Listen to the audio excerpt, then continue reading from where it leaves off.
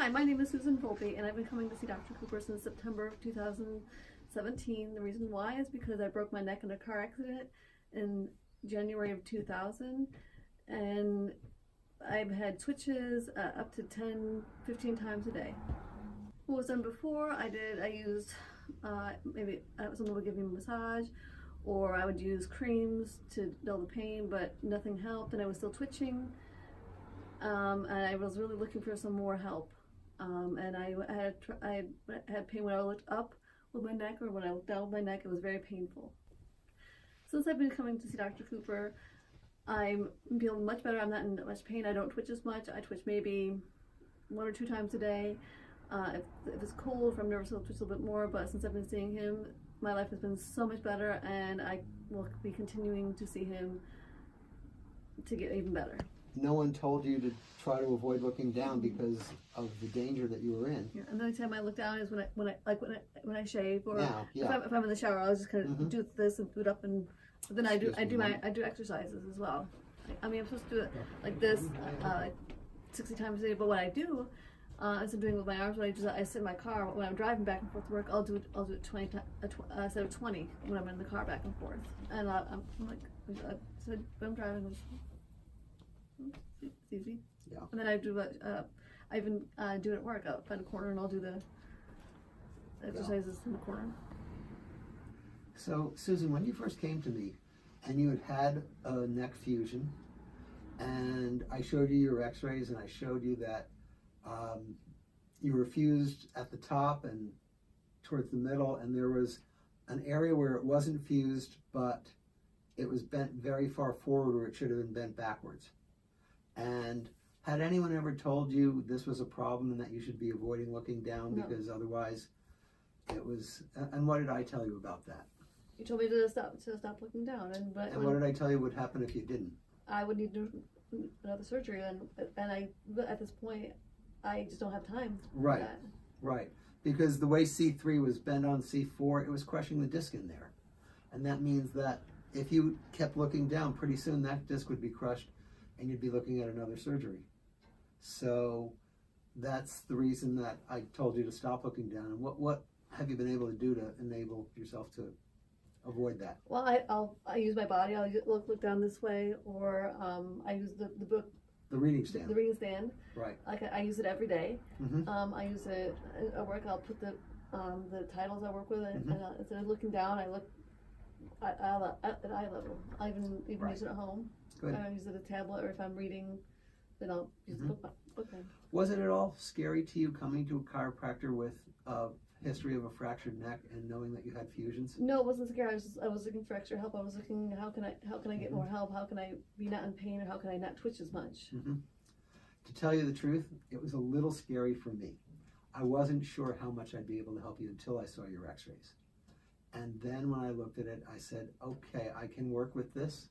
I can work with you, but I was also very glad that I had some very specialized equipment. I'm too. I am very thankful. Most would make it worse instead of better, or most, actually not true. Most would say, I can't accept you as a patient. There's too much risk, and I'm not going to do it. That's what most would do. And I'm happy you didn't do that. I'm happy that you were able to help. Yeah. I'm going to go through the sweatshirt because I think it's going to happen nicely. You okay? Yep. Good.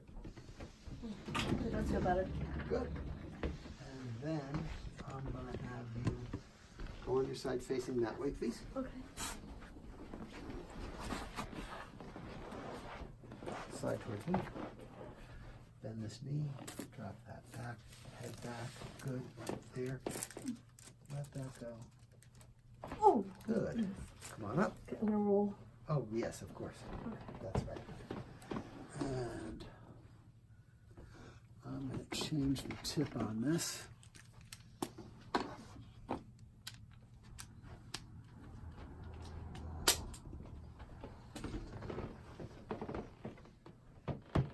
Rotate that way. So let's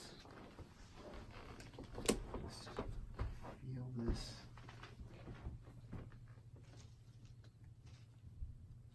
There was a little bit of pain up in here. Okay.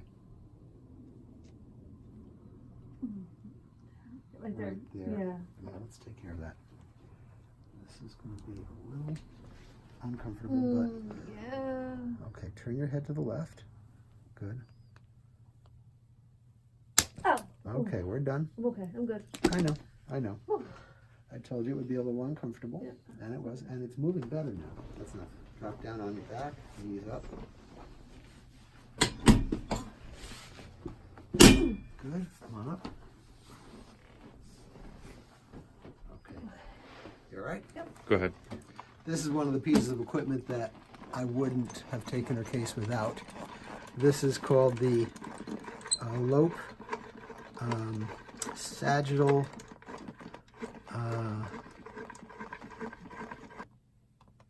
it's an adjusting tool developed by a colleague of mine, Dr. Peter Lope from New Jersey. He's a brilliant doctor. And what this does is we put her neck on this and we can get exactly on the right place with some distraction in order to move it safely. Come onto your back. That's my most unfavorite hold one. on a second. I'm going to put this down to pat it a little bit more Oh, okay. because I think you do better with that. Drop down. Okay, so we want T17654. Slide down a smidge. Yeah. Like this one. No, away from me. Just a smidge. That's enough. And that way I can... You were actually in the right place.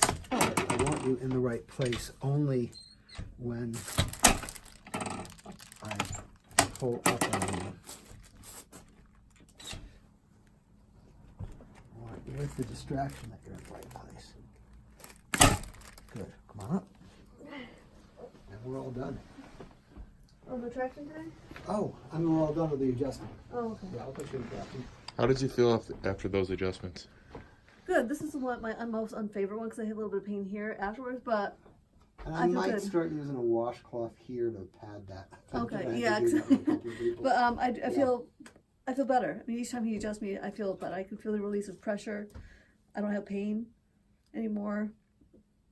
So it's very, I guess it's in a way it's very soothing knowing that he's doing the adjusting, knowing that he's helping me, and knowing that I'm not looking at surgery.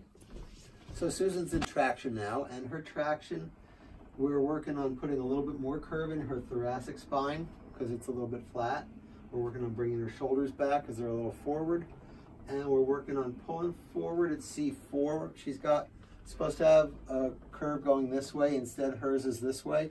So we're pulling forward on 4 while we're pulling the upper neck around back. But because of her, the fusion and the delicate nature of her neck, we are also pulling upwards while we're pulling back to distract the two parts while we're pulling C4 forward. And that is the best and safest way to work with Susan, to start stretching the ligaments in the front and allowing the ones in the back to contract so that her neck is staying a little straighter than it was. Susan likes to have her music on while she's in traction. It helps the time pass. For some of my patients, I turn the radio on. We might be doing some other things in the near future as well. Sometimes I have patients hold this horn just so that if they ever feel like, hey, I want out of here, they can let me know and alert me. And I'll hear that from anywhere in the building.